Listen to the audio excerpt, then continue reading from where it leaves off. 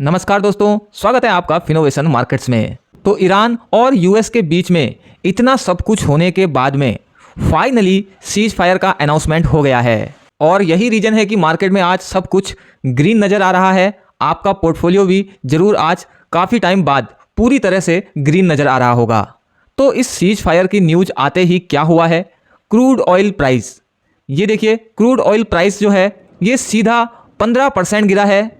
इसका चार्ट आप देख सकते हैं, साफ डिक्लाइन देखने को मिला है इसके चार्ट में और 15% गिरकर $95 पर बैरल पर इसका प्राइस आ गया है। यहाँ पर हमने WTI क्रूड ऑयल की बात करी, अगर हम ब्रेंट ऑयल का रेट देखें तो इसमें भी 14% के आसपास की गिरावट देखने को मिल रही है और इसका जो प्राइस चल रहा है वो है $94 पर बैरल के आसपास।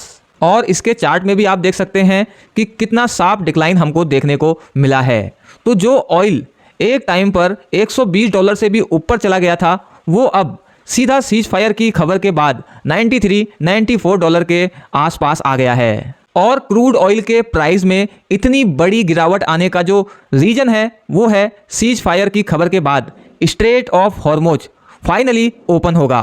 तो अब ऐसे में आपके मन में सवाल आ सकता है कि क्रूड ऑयल में ये जो बड़ी गिरावट आई है सीज फायर की खबर के बाद, तो क्या इसकी वजह से इंडिया में पेट्रोल और डीजल का जो दाम है वो भी कम हो सकता है?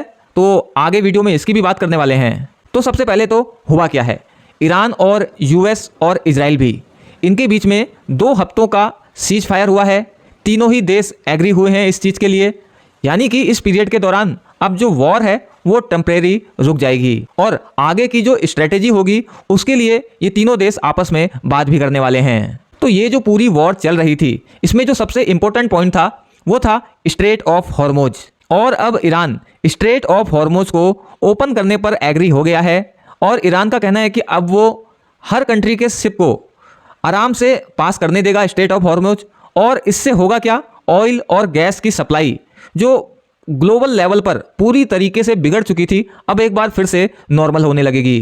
क्योंकि जैसा कि हम कई बार बता चुके हैं कि स्ट्रेट ऑफ हॉर्मुज वो पॉइंट है जहां से पूरे ग्लोबल लेवल पर 20% ऑयल एंड गैस की सप्लाई होती है और इसके डिस्टर्ब होने से क्या फ़र्क पड़ा है ये हम सबके सामने है। तो अब अगर बात करें कि इंडिया पर इसका क्या इम्पैक्ट होने वाला है इस सीज फायर की खबर का, स्ट्रेट ऑफ हॉर्मुज के ओपन होने का, तो देखिए इंडिया के लिए मैं बोलूँगा ये एक बहुत बड़ा प्लस पॉइंट है। ऐसा इसलिए क्योंकि इंडिया उन कंट्रीज़ में से है जो अपनी ऑयल और गैस की एनर्जी की जो भी नीड्स है उसके लिए बहुत ज़्यादा डिपेंडेंट है अदर कंट्रीज़ पर, इंपोर्ट करते हैं वो ऑयल को, गैस को। तो ऐसे में एक बड़ा हिस्सा 80% से ज़्यादा का हिस्सा ऑयल और गैस का इंपोर्ट किया जाता है इंडिया में। और स्ट्रेट ऑफ हॉर्मुज के बंद होने से जो प्रॉब्लम्स, जो पैनिक क्रिएट हो रहा था वो हम सब ने देखा है। तो अब फाइनली स्ट्रेट ऑफ हॉर्मुज के ओपन होने से सप्लाई जो है वो एक बार फिर से नॉर्मल होती हुई नज़र आएगी, जिससे कि ये जो पैनिक क्रिएट हो रहा था, जो प्राइस बढ़ रहे थे LPG के, क्रूड ऑयल के प्राइस बढ़ने से पेट्रोल और डीजल के प्राइस बढ़ने वाले थे, उन चीज़ों में अब हमें राहत देखने को मिलेगी। तो अब यहाँ पर सवाल आता है कि क्रूड ऑयल में जो ये 14% 15% की गिरावट आई है और 120-125 से सीधा $96 पर बैरल पर क्रूड ऑयल का प्राइस आ गया है, तो क्या ऐसे में इंडिया में पेट्रोल और डीजल का जो प्राइस है वो कम होगा? तो देखिए इसका सीधा सा आंसर है इसके चांसेस बहुत कम हैं। और इसका रीज़न ये है कि देखिए इंडिया ने जब ये क्रूड ऑयल का प्राइस बढ़ा था तब रिटेलर्स के लिए प्राइस को नहीं बढ़ाया था। आपके लिए पेट्रोल और डीजल का जो प्राइस था वो सेम ही था जो वॉर स्टार्ट होने से पहले था। जबकि आप पाकिस्तान और अदर कंट्रीज़ में देखें, खासकर पाकिस्तान में देखें तो 350-400 से भी ज़्यादा पहुंच गया था कहीं कहीं पर पेट्रोल और डीजल का प्राइस। बट इंडिया में इसको स्टेबल रखा गया था और गवर्नमेंट ने इसको कम करने के लिए जो एक्साइज ड्यूटी है पेट्रोल और डीजल पर उसको भी कट किया था। इसके अलावा जो भी लॉस हो रहा था वो बेयर कर रही थी ये ऑयल मार्केटिंग कंपनीज, जिसकी वजह से रिटेलर के लिए जो प्राइस है पेट्रोल डीजल का वो स्टेबल बना हुआ था। तो अब ऐसे में जब क्रूड ऑयल का प्राइस गिरा है तो रिटेलर को इसका फ़ायदा मिलेगा, इसकी भी उम्मीद मत लगाइएगा। लेकिन अगर हम ऑयल मार्केटिंग कंपनीज की देखें तो उनके लिए ये एक बहुत बड़ा डिसीजन होगा, क्योंकि देखिए इन्होंने बहुत लॉस बेयर किया है इस पीरियड के दौरान। काफ़ी ज़्यादा लॉस इनको डेली हो रहा था, क्योंकि हालांकि गवर्नमेंट ने जो है एक्साइज ड्यूटी कम करके इनको थोड़ा सपोर्ट किया था, बट उसके बाद भी इनका लॉस काफ़ी ज़्यादा हो रहा था। ऐसे में अब जब क्रूड ऑयल का प्राइस कम हुआ है तो इनका लॉसेस भी कम होगा और यही कारण है कि ऑयल मार्केटिंग कंपनीज जो हैं उनके स्टॉक में हमको आज अच्छी खासी तेज़ी देखने को मिली है।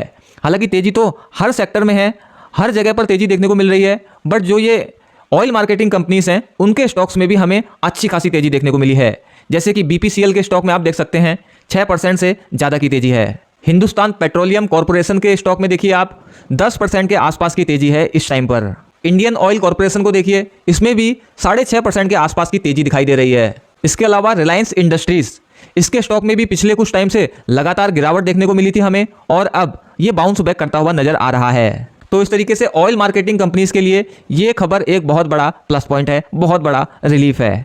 इसके बाद सबसे बड़ा पैनिक जिस चीज़ को लेकर क्रिएट हो रहा था, जहां पर देखो बात हो रही थी LPG की, तो अब LPG की सप्लाई नॉर्मल हो सकती है, जिसकी वजह से ब्लैक मार्केटिंग जो LPG की बहुत ज़्यादा बढ़ रही थी वो अब शायद नॉर्मल होती हुई नजर आए।